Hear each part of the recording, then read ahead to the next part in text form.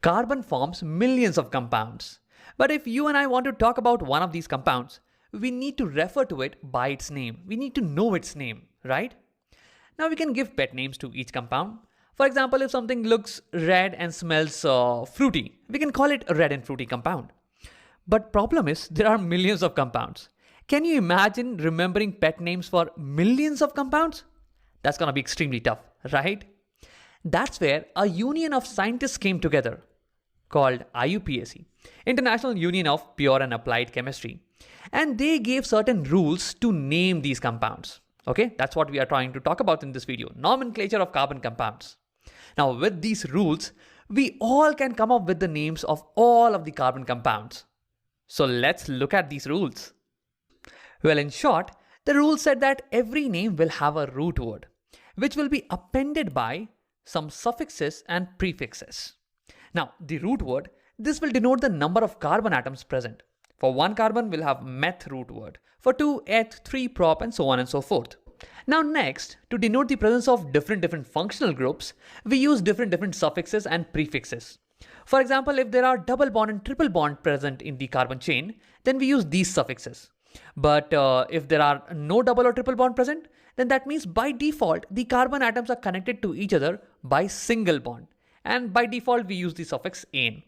Now, if there are some other oxygen containing functional groups like these, then we add these suffixes also to the name. And if there are some functional groups like bromine, chlorine, fluorine, and iodine, then we add these prefixes to the name. Now let's look at each of these in more detail. Let's first talk about root word. See, this refers to the number of carbon atoms present in a molecule. If there is only one carbon atom, then to denote this, we use the root word meth. If there are two carbon atoms, then we use eth, 3, then prop, 4, then bute, and so on and so forth. So for example, if this is the molecule that we are trying to name, then first of all, I will only focus on the number of carbon atoms. Okay, I see 3 carbon atoms. So to denote the presence of 3 carbon atoms, I use the root word prop. Let me write down. Prop. Similarly, if this was the molecule that you had to name, can you pause and write down the root word for this one? Now, if you have tried it, let's see. If I just focus on the carbon atoms, I see 4 of them. So for 4, we use the root word bute. Bute. Let's do one more, one last. Can you name this one by yourself first? Now, if you have tried it, let's see. So if I just focus on the carbon atoms, see, this C was for chlorine, okay, not carbon. There is only one carbon atom in this molecule. So to denote the presence of only one carbon, we use the root word meth. Meth. Okay, this is how we give root words to all the carbon compounds. By the way, one side note is that root word actually refers to the number of carbon atoms present in the longest carbon chain. But see, in this video, we are only talking about carbon compounds which have one single carbon chain. See, there is no branching, so multiple carbon chains cannot be formed here, right? So that's why we are not complicating things. We will talk about the longest carbon chain rule in future videos, so don't worry. Now let's talk about suffixes. See, these are words attached to a root word to denote the presence of few functional groups. For example, if we have a double bond in our carbon chain, meaning 2 or more carbons are attached by a double bond with each other, that means our carbon chain will be belonging to the alkene family. And to denote the presence of double bond, we will attach the suffix "ene" to our root word. Similarly, if there is a triple bond, we will attach the suffix "ine". And if neither double or triple bonds are present in the carbon chain, then the chain will belong to the alkane family and we'll attach the suffix "ane" to it. For example, let's take the first problem. Over here, if I just focus on the carbon chain, okay, let me remove the hydrogens.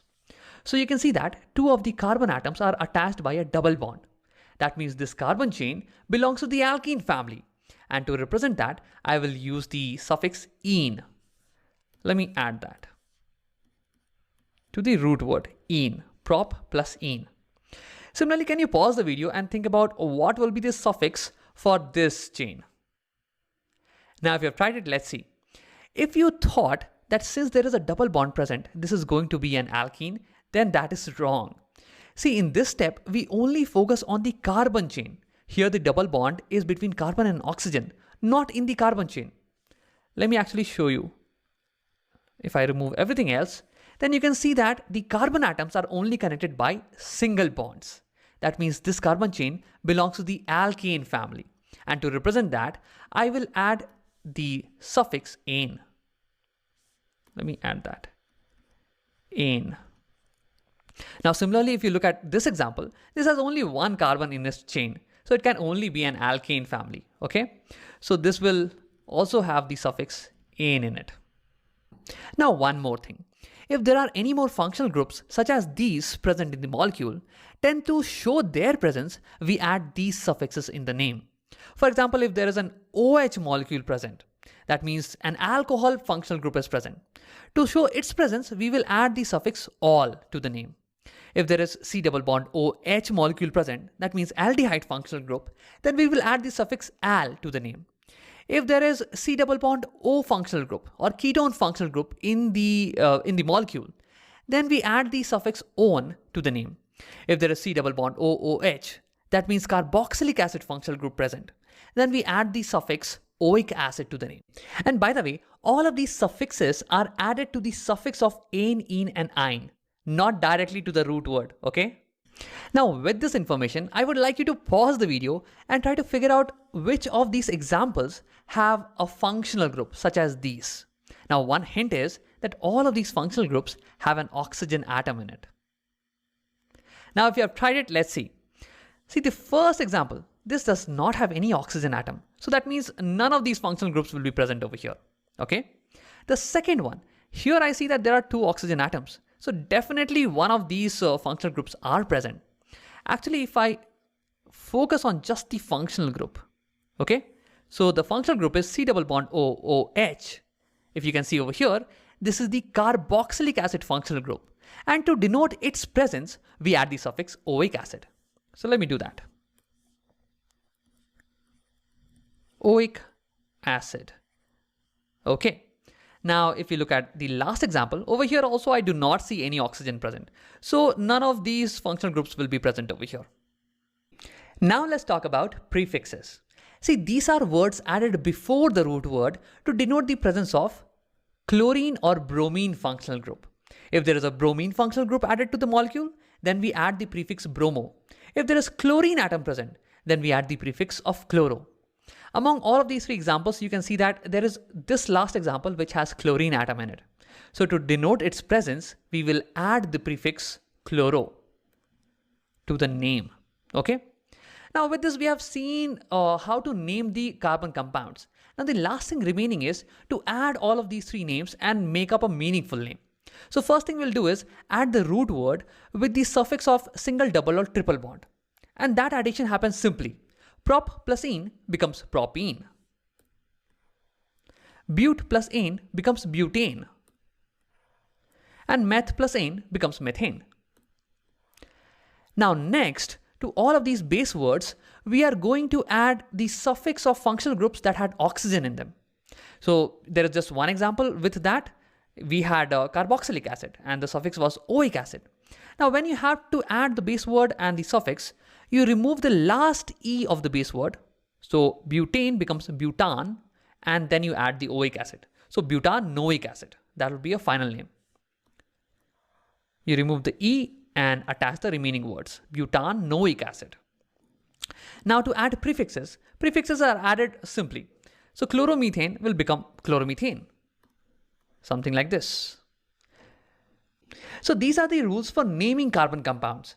First, you find out the root word depending on the number of carbon atoms present in the compound.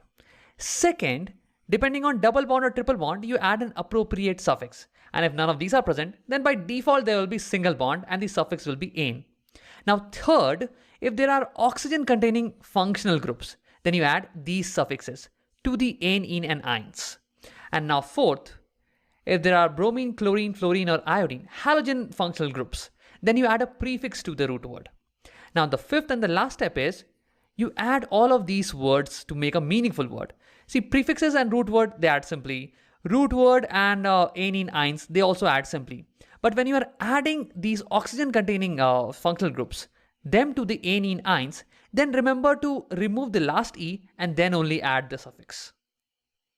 Now that we know the rules of nomenclature, let's try to name a couple of carbon compounds. See, I've noted down these rules in short over here and the suffix for oxygen containing functional groups over here. Now with the help of these two, can you name these compounds? Now if you have tried it, let's see. So the first one, this contains 2 carbon atoms, okay? So depending on these, I can figure out the root word. Now for 1 carbon atom, the root is meth. For 2, the root is eth. Eth. Now the next step is to find out the suffix for single, double or triple bonds. So here I see that both the carbon atoms are connected by a single bond. That means the carbon chain belongs to the alkane family. And for that, we use the suffix ane. Okay. Now next step is to attach a suffix for oxygen containing functional group. And yes, there is one, CHO. Now which functional group is this? Is this an alcohol? No, if this was an alcohol, then we would have denoted this as C-OH, not CHO. This is in fact an aldehyde. Aldehyde also has 1 carbon, 1 oxygen and 1 hydrogen. Okay. So to represent that, we write CHO. So to denote the presence of aldehyde functional group, we use the suffix al. So that will be added over here. Now I do not see any presence of chlorine or bromine, so no prefix will be added. Now the last step is to add all of these words to get a meaningful name. Now see, eth plus ane, this will be added simply. And we will get ethane. Ethane. Now when we are adding this word and al, then last E will be removed and then these 2 words will be added. Ethanol. So this compound is called ethanol. Now one small thing. When I learned this concept for the first time, I was generally doing one common mistake. Whenever I had to count the number of carbon atoms to write the root word, I would miss out the carbon in the functional group.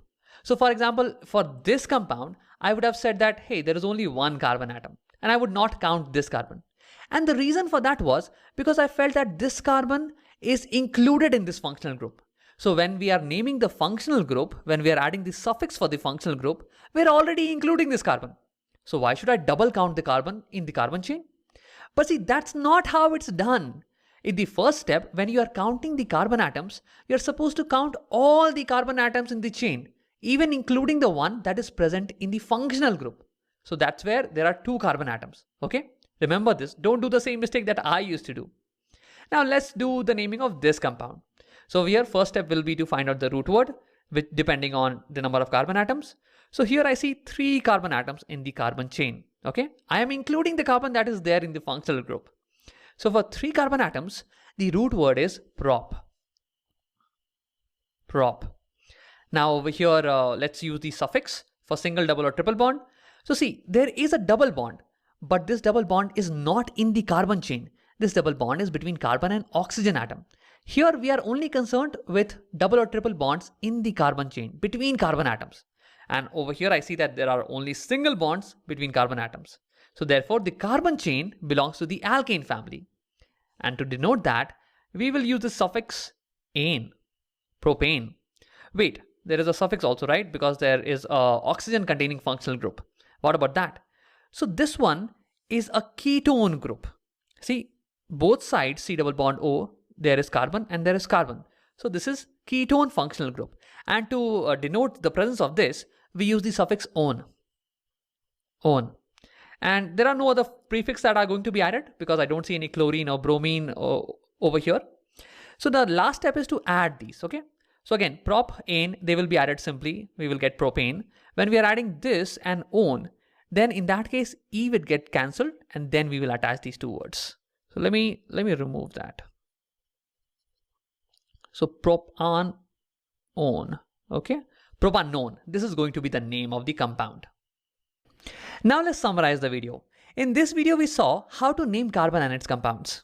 First, you count the number of carbon atoms in the given molecule, and depending on the number, you give an appropriate root word.